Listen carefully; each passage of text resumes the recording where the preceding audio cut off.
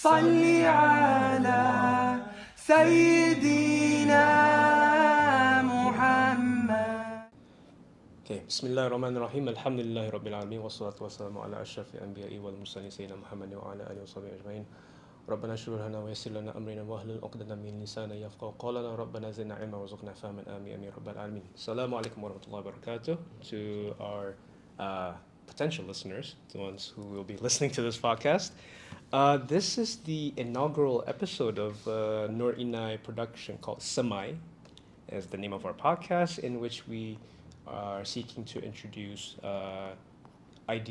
serious ideas that should be of greater concern to the Muslim community who are English proficient, let's say. And this is a carryover from like what Norina as a bookshop already exists as to serve the community with providing them intelligent English Islamic reading material that would help them navigate their experience of living Islam in modernity, or at least the modern world.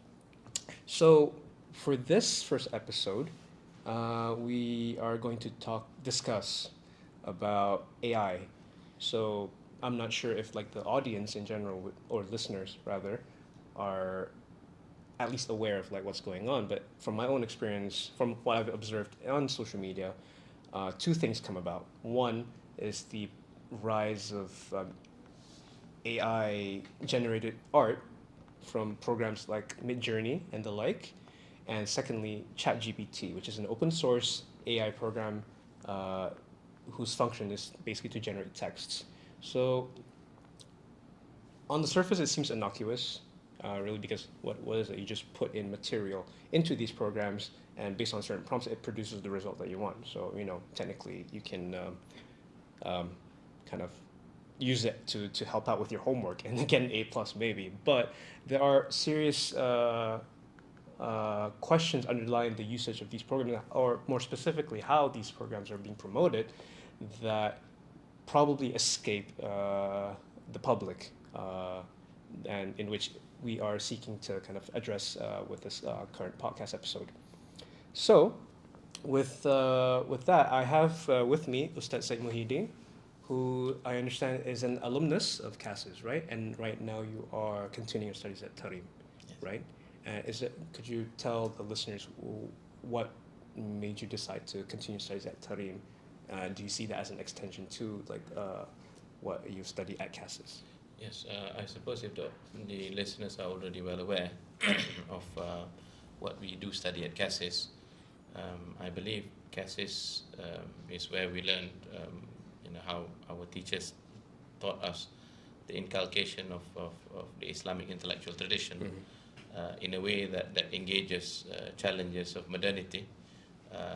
I've studied Western philosophy before, mm-hmm, and for my master's thesis I studied Professor Atas's conception of the West, mm-hmm, and by that is meant the more philosophical aspects of, mm-hmm, Western culture.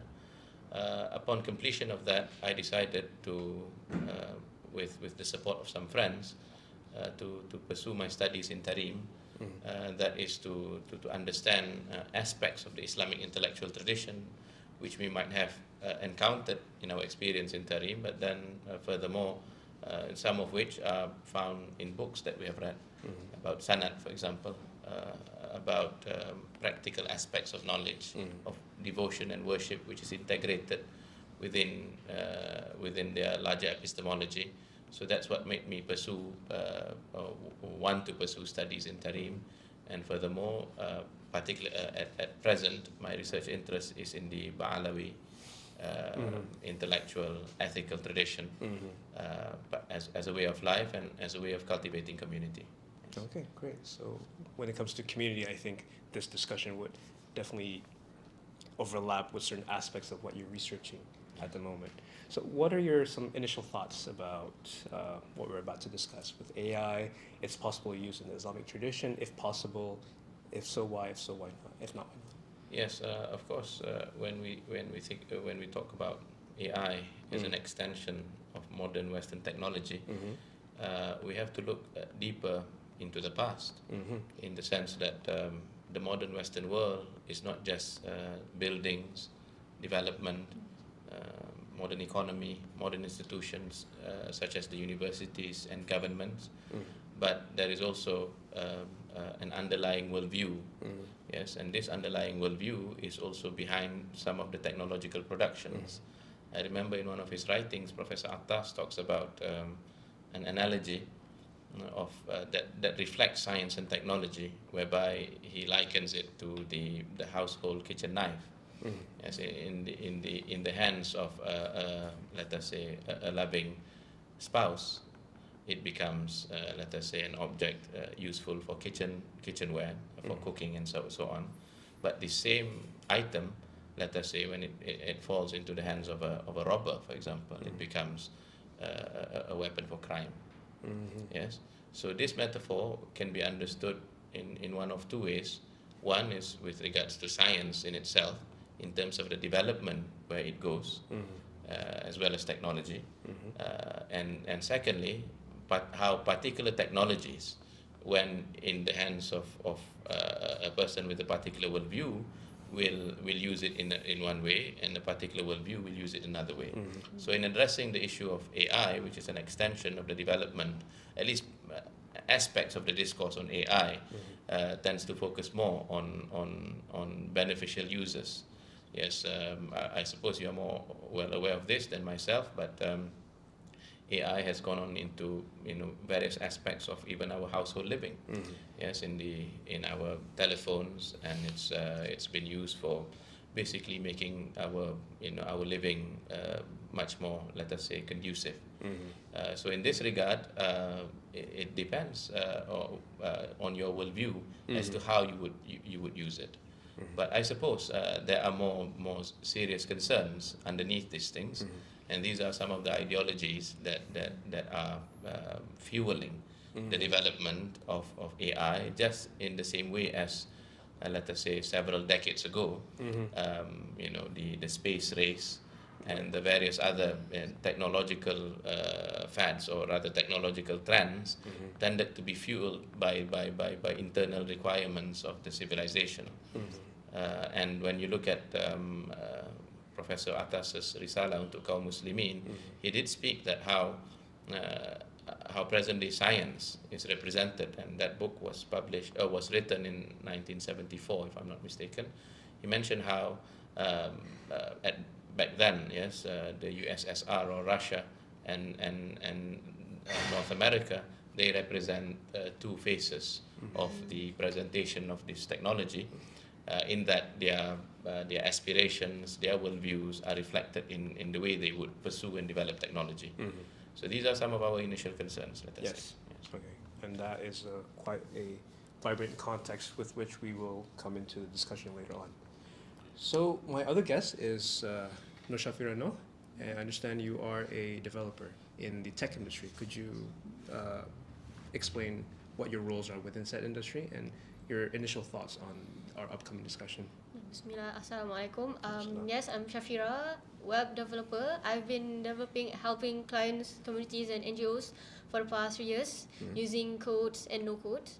And apparently, when it comes to AI, I think it's kind of a fascinating tool because it would help a lot of our works. For example, like in Replit, we have this thing called Ghostwriter, where this Ghostwriter would help us to continue our codes, for example, and then correct the codes that we have, so kind of save our time. But as a Muslim too, and being in the middle of the AI community, creators community, and I'm interested when Said talk about the worldviews of the Western and the Islamic tradition. Yes. That reminds me of Tim Berners-Lee, who actually kind of introduced www, World Wide Web, to us. So when the idea of www start to rise, so a lot of, if I don't know if you remember, back in the days where we have AOL and all these, you have to pay to get into the internet.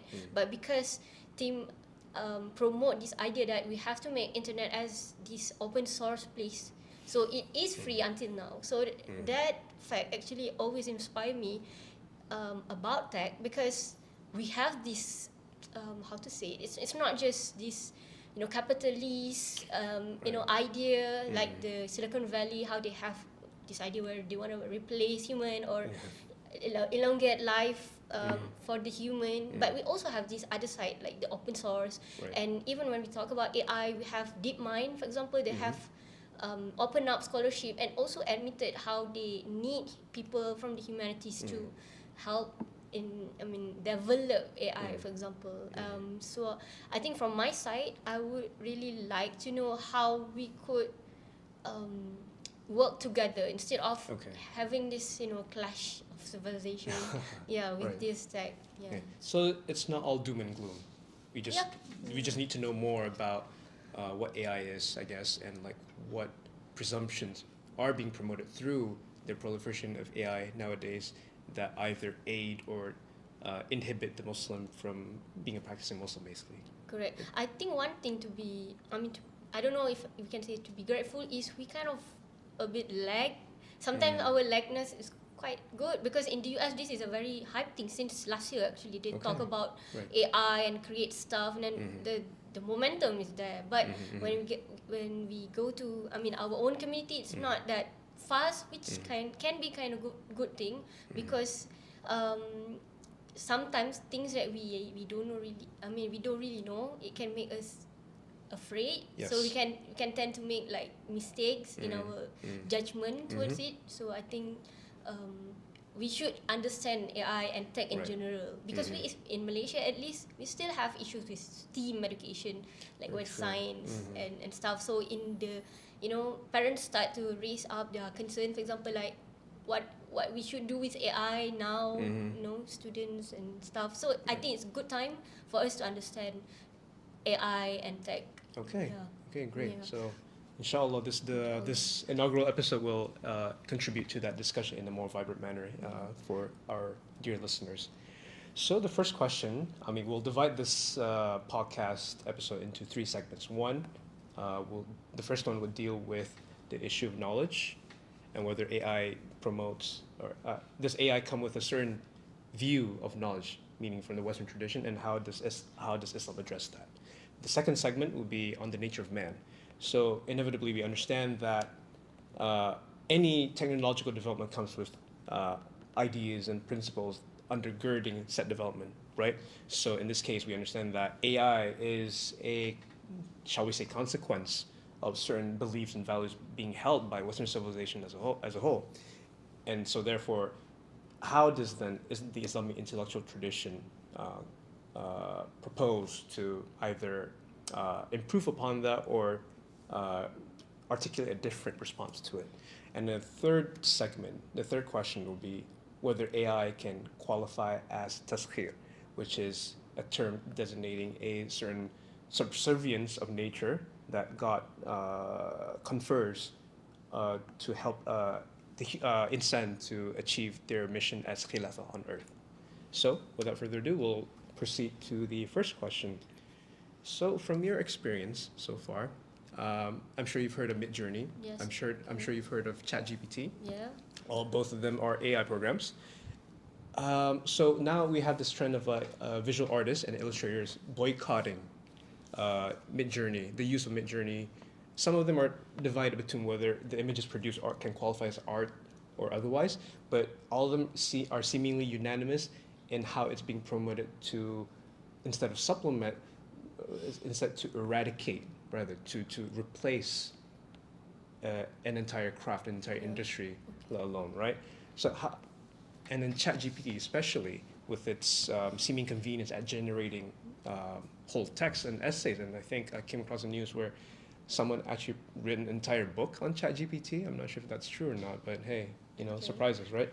So the other day on Twitter, I saw that a scholar from the UK had generated a 20-minute khutbah on the issue of taqwa through ChatGPT alone, and the quote tweets and the responses to that brief 20-second clip really shows this to be I guess legitimate concern.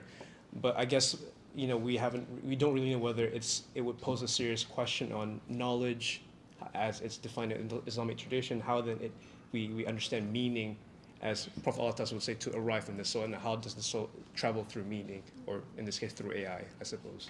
So as someone in the tech industry, what are these concerns legitimate, or are they a result of fear mongering?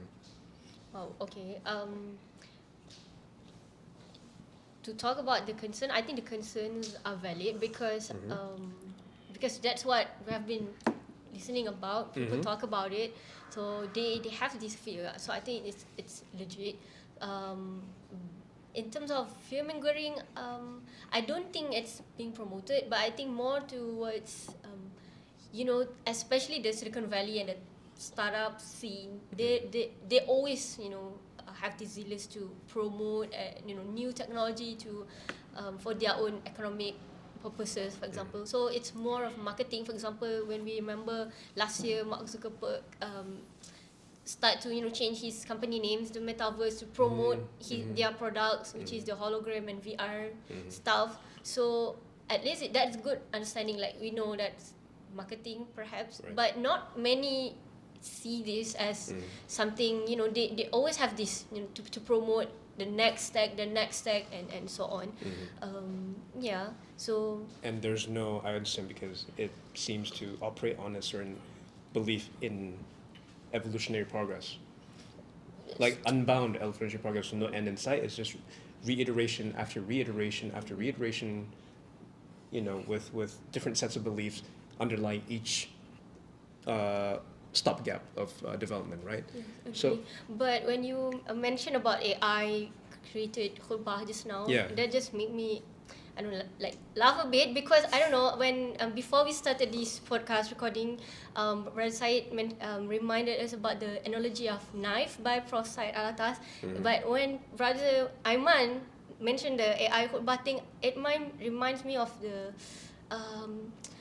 parrot. a parrot. Yeah. Okay. So if we know AI is just like a parrot, so we can somehow, we don't deem parrot as an authority. So Right. why we want to place AI like an authority, and somehow have this idea that we can replace AI with to replace teachers, to replace all these psychologists, for example. They have AI to be like a therapist now. Character dot open AI or something. But another thing that I would like to also point out here is their belief that maybe Side can also touch on, that they really believe on data. So they use all this data that would make this intelligence, but in our understanding, what makes us human is not this data alone, and that makes our intelligence. So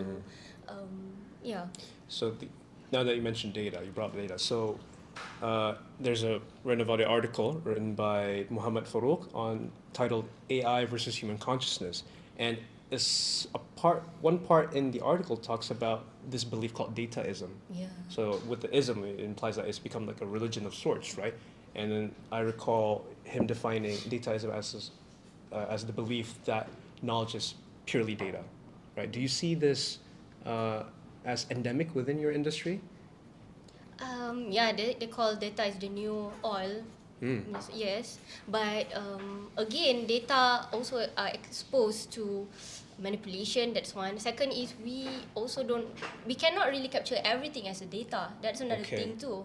So yes, but I think Sai can of course comment more on this. For example, like this also stem from their empiricism and positivism, like why they are like really crazy about this data. Yes.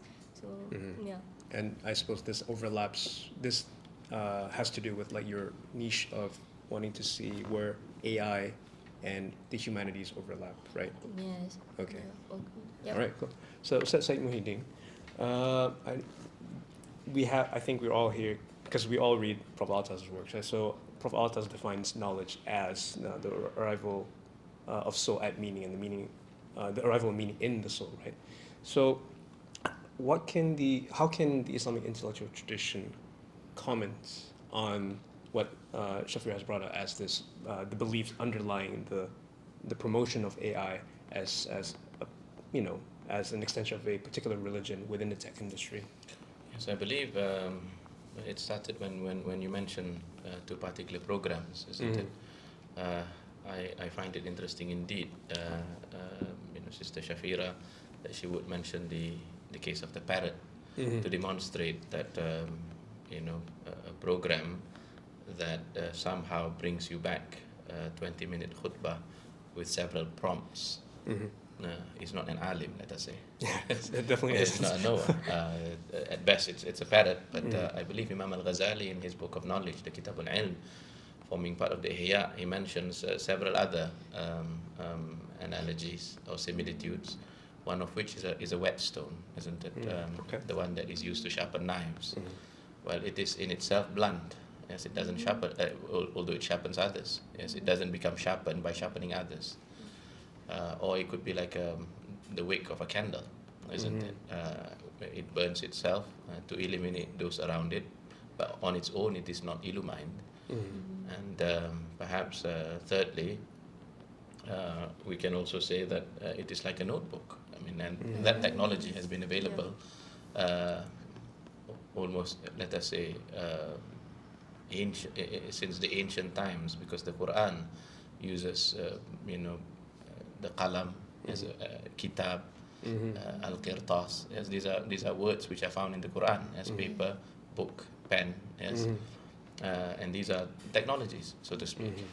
But being thus, gathered, a notebook, even though it may illuminate others due to, containing scribbles, let us say these scribbles are visual representations of meaning. They require a human being to interpret the meaning.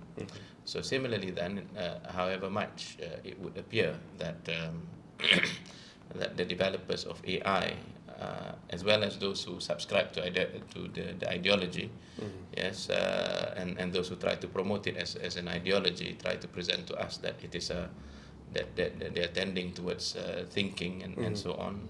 It is very far from it. Yes, it is not that we're not aware of some of the thresholds that they are claiming that they have reached, but we let us say we disagree with the very parameters, or rather we disagree with the very limited notion of intelligence, limited notion of what it means to be human, and limited notions of what it means to knowledge. But for this round, let us address the question of knowledge. Yes. Okay.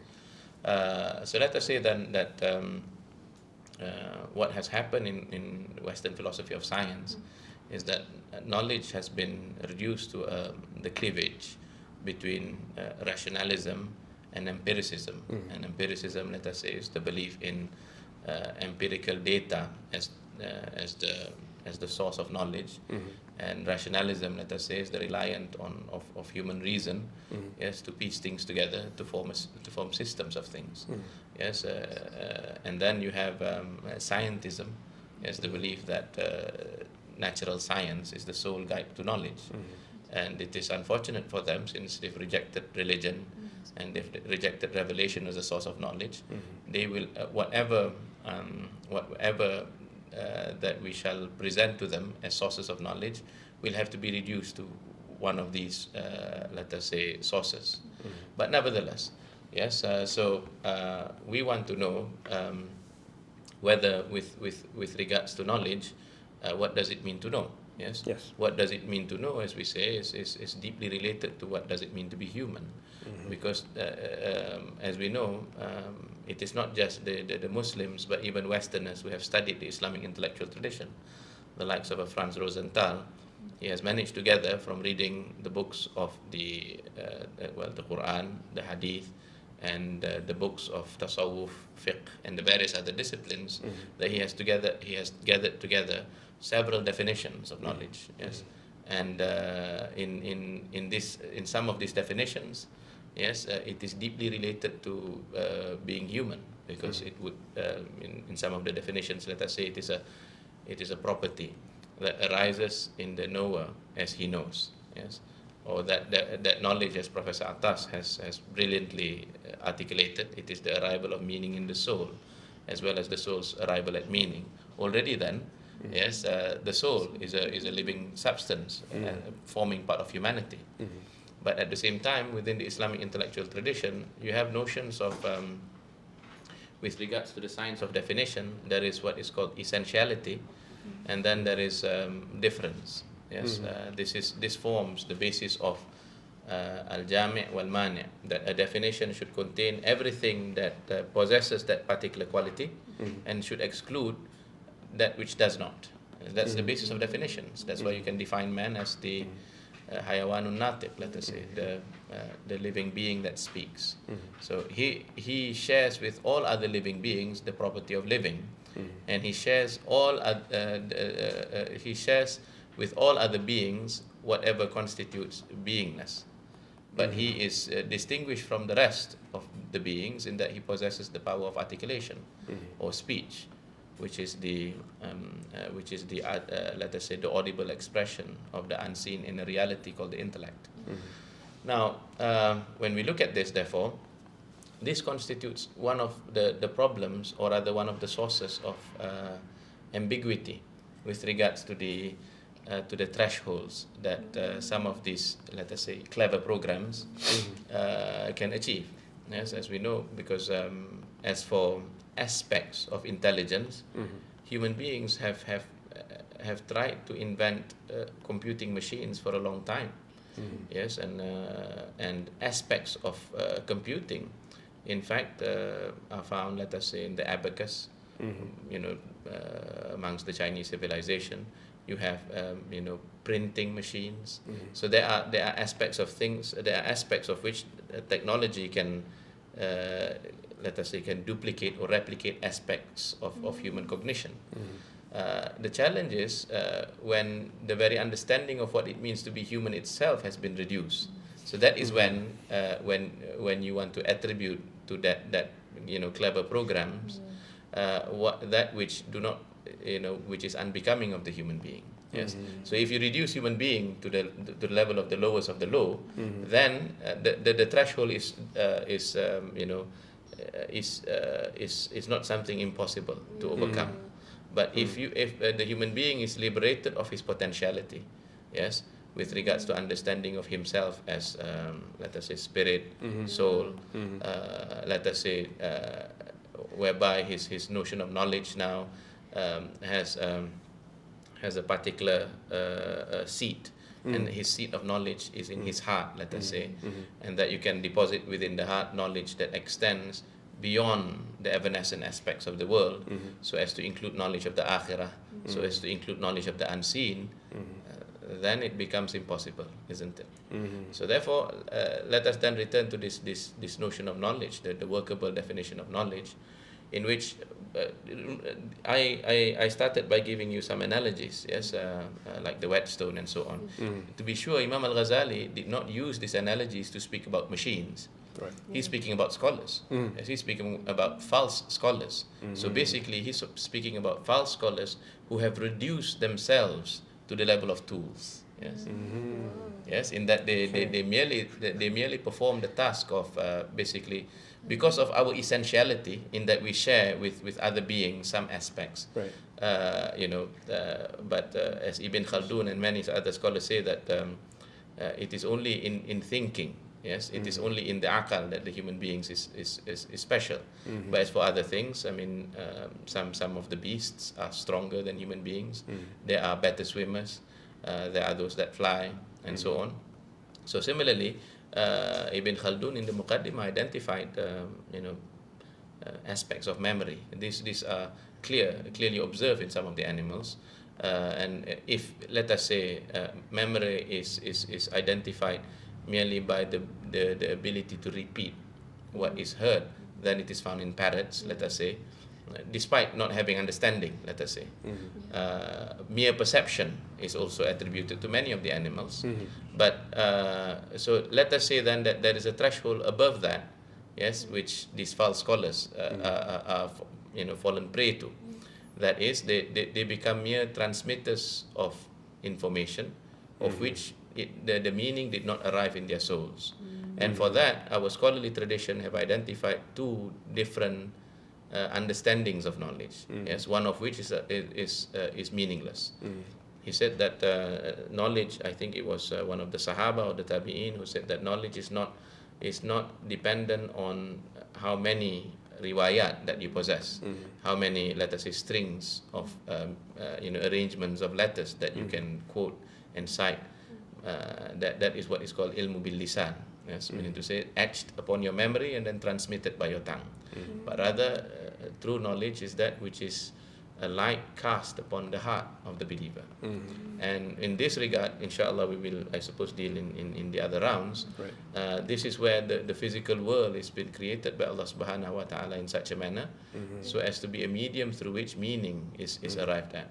But to return now to the definition that you have cited from Professor Nagib Alatas, ultimately, where knowledge is concerned, it is the arrival of meaning in the soul and the soul's arrival at meaning. And the purpose of arriving at meanings of things ultimately is to lead to the recognition and acknowledgement of God.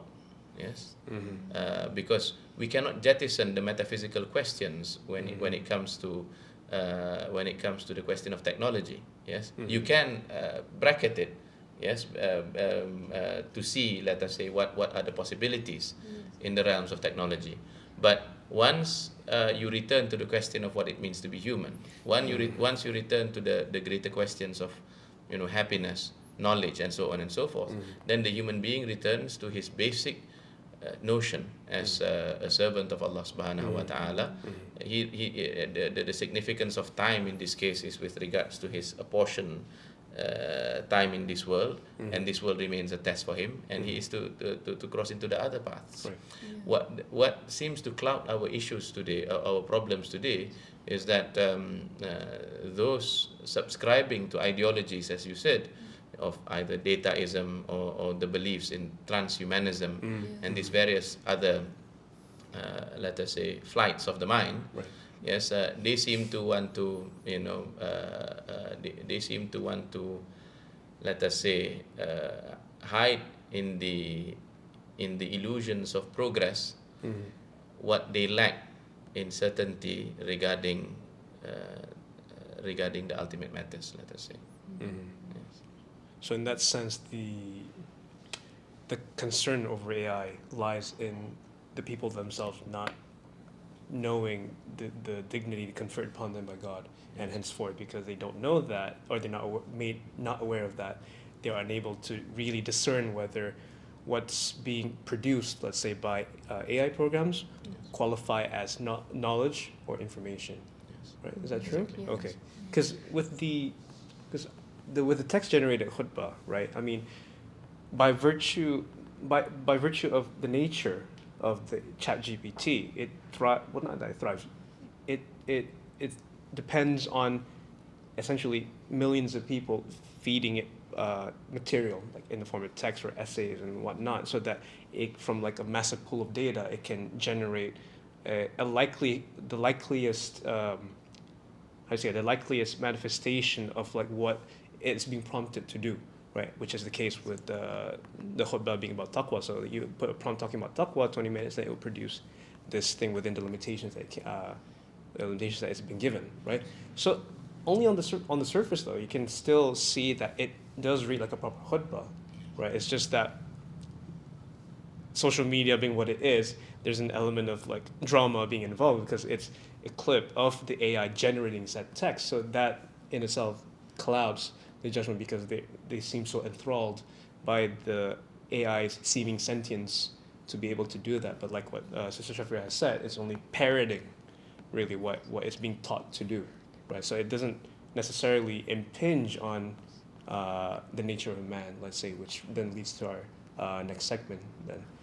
So with the next segment, then we're now dealing with the nature of man as the Western civilization understands it and how the Islamic tradition defines it, right? So, Sister Shafira, in the tech industry, what views regarding the human are being promoted in tech industry, and how do you see that in your experience so far as a Muslim? Is it a healthy one? Is it a toxic one?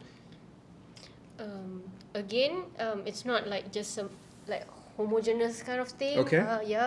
So it's quite a good thing. So we, even in the tech and startup world now, they have this like idea of we have to treat human like with more freedom, for example. That's why we have remote working, but we still have issues, for example, like in the case of AI, to be specific, we have these micro-turkers, if I'm not mistaken. So this is the term for the workers who work to classify, categorize all this data that will be fed to the AI. So these workers, have been subject to a very low wages, for example, and okay. raises a lot Mhm. of ethical issues, Mm. for example. But I'm very interested when Ustaz Said talk about the Al-Ghazali analogy just now, Mhm. because I think what's interesting that AI and with a lot of advancement of technology that we have, somehow expose our own, I mean, like nature of man actually. Right. Yeah, Right. because when you mentioned the example of AI khutbah, Yeah. without AI, we also have, like we hire other people to write script and stuff like Mhm. copy without having AI. So Right.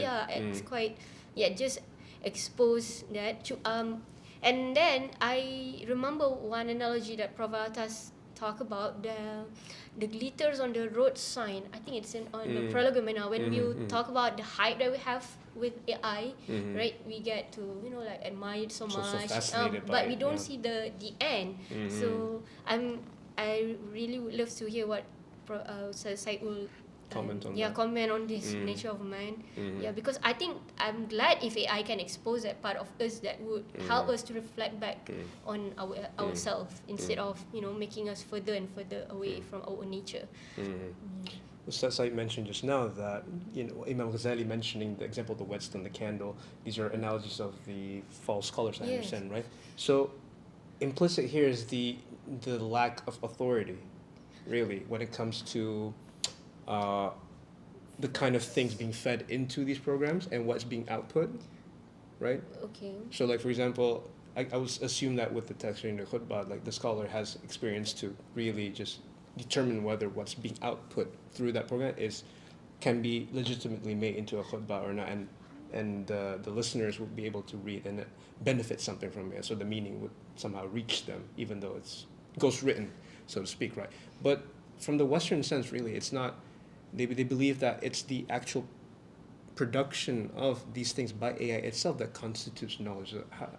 And with the rise of the oncoming Industrial Revolution 4.0, in which man is being made more into a cog in a machine, really, and you raise the ethical issues surrounding the workers being paid low wages, even though their job is technically a very important one, is to train AI to be ethical, so to speak, right?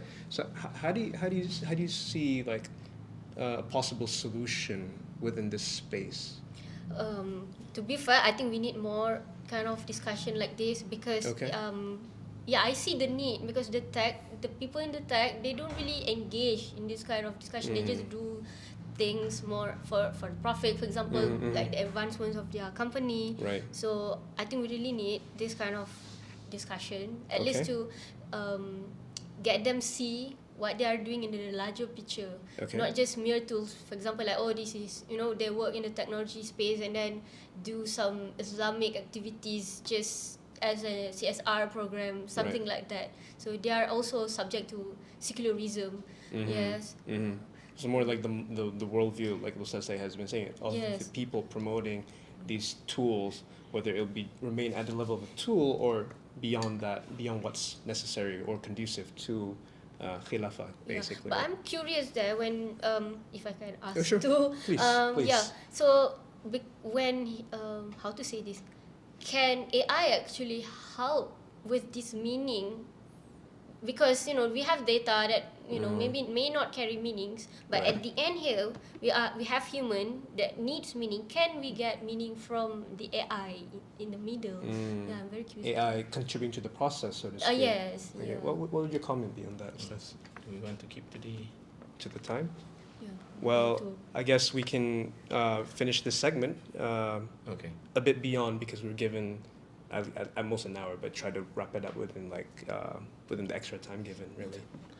All right. So I think this will go to the next items that we wish to talk about, also about which we have already touched here and there, about the nature of man, and then finally about AI as taskhir. So I think that question opens up the notion of AI as taskhir.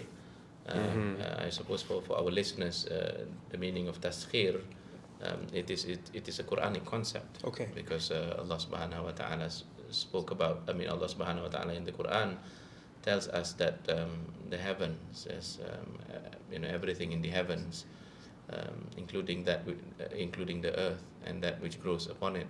وَسَخَّرَ لَكُمْ, Allah said. It has been made to serve the benefit of mankind. It has been made to serve the benefit of mankind. And this benefit of mankind, ultimately, the highest benefit is for man to know God, or to fulfill his purpose, which is to be a servant of Allah subhanahu wa ta'ala. And having fulfilled his role as the servant of Allah subhanahu wa ta'ala, he is then prepared to be the vicegerent, yes, i.e. the Khalifa. Right. Because we cannot speak about Khilafah, we cannot speak about vicegerency or being stewards of the earth, right, until we have fulfilled the maqam of ubudiyyah, yes, to worship Allah subhanahu wa ta'ala. Nevertheless then, as we have already also iterated pertaining to the technologies that are mentioned in the Quran, like the pen and paper and book, yes, these have been things which have been for the benefit of mankind for the longest time. And then further, you have living beings like animals, yes, the dua of which we recite, yes, Subhanalladhi sakhara lana hadha. Initially, the vehicles that is identified in the series of verses of the Quran are basically living beings, animals, yes. But of course, this is not something that the ulama, would find strange if we analogize it to to non-living vehicles.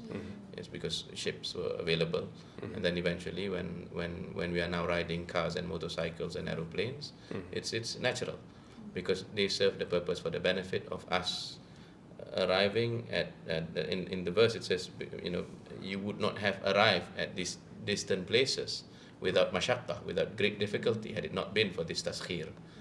But there are many other things that have been made for taskhir of man, including the celestial objects, like the sun and the moon. So one way that they help us to further our purpose on earth is that they serve as a means for us to keep time, yes, and the seasons like that, to be aware of the year, because some worship, yes, is tied to the calendar, to the calendar.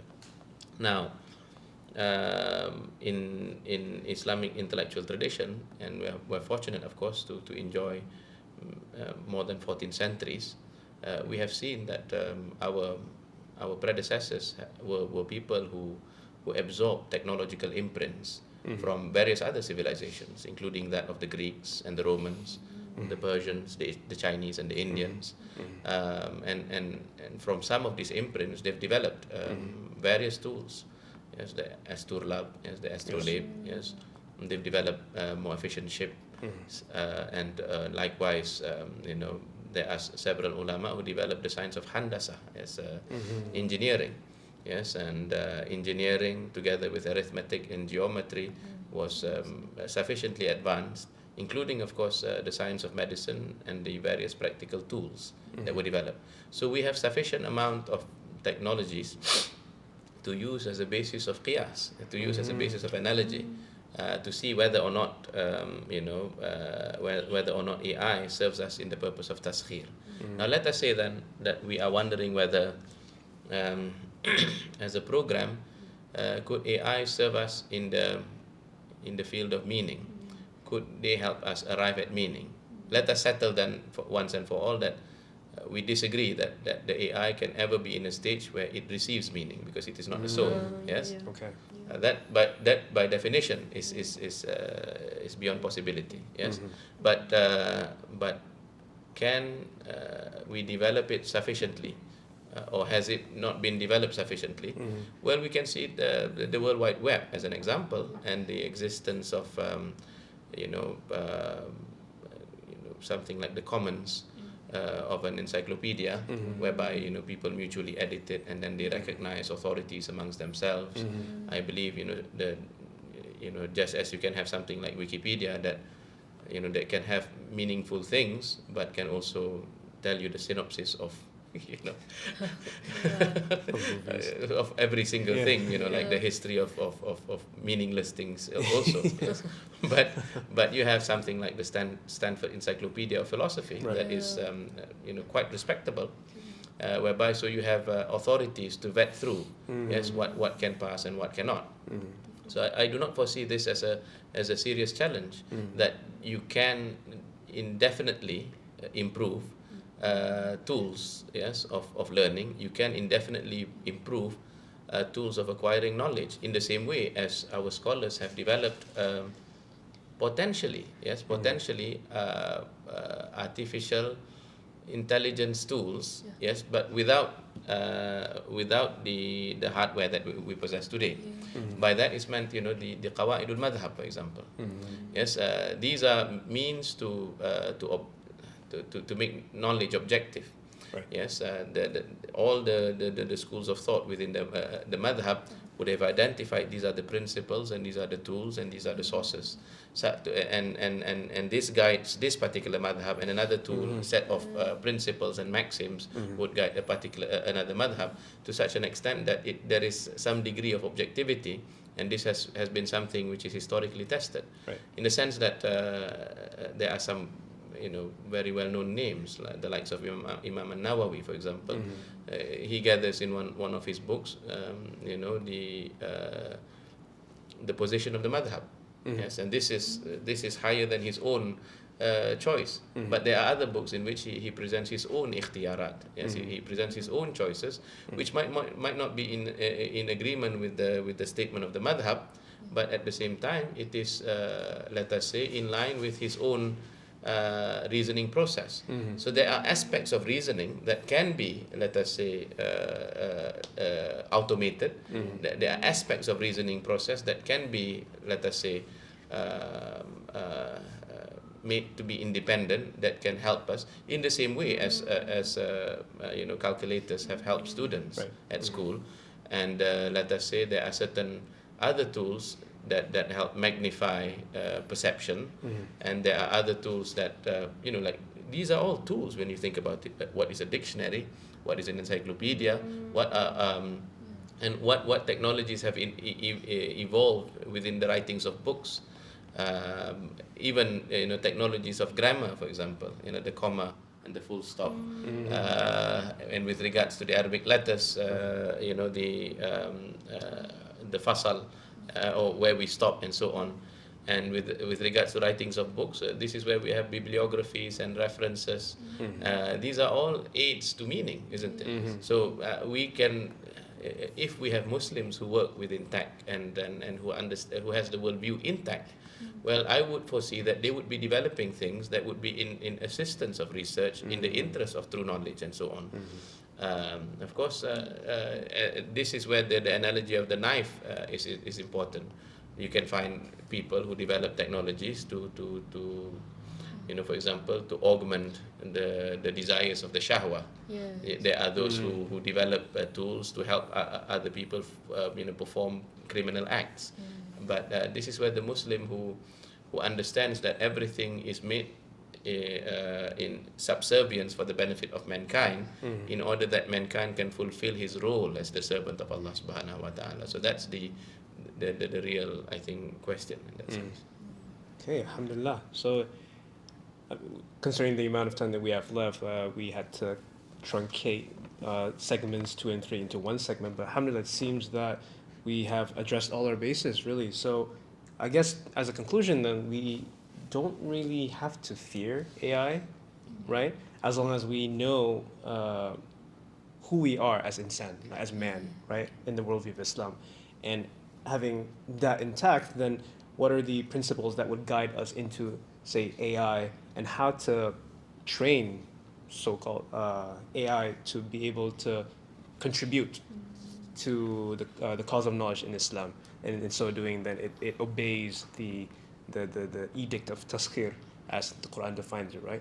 So I believe this has been a very conducive discussion, and inshallah we hope that this will be listened to. I mean, that's the goal of any podcast, but also important points to be taken away from here in the sense that it will aid the seeker who are amongst the listeners to delve into what makes AI the way it's been promoted and how can Islam contribute to that. So we hope that this humble discussion can be an important milestone in that quest, bidnillahi ta'ala. So with that, we end the first inaugural episode of Semi Nuri Night production. And with that, barakallahu fikum to AGM for letting us record this important discussion, and we thank the listeners as well for what inevitably would be a more fruitful discussion in upcoming episodes as well, inshallah. With that, we end with subhanakallah wa bihamdika ashhadu an la ilaha illa anta astaghfiruka wa atubu ilaik. Wassalamu alaikum wa rahmatullahi wa barakatuh.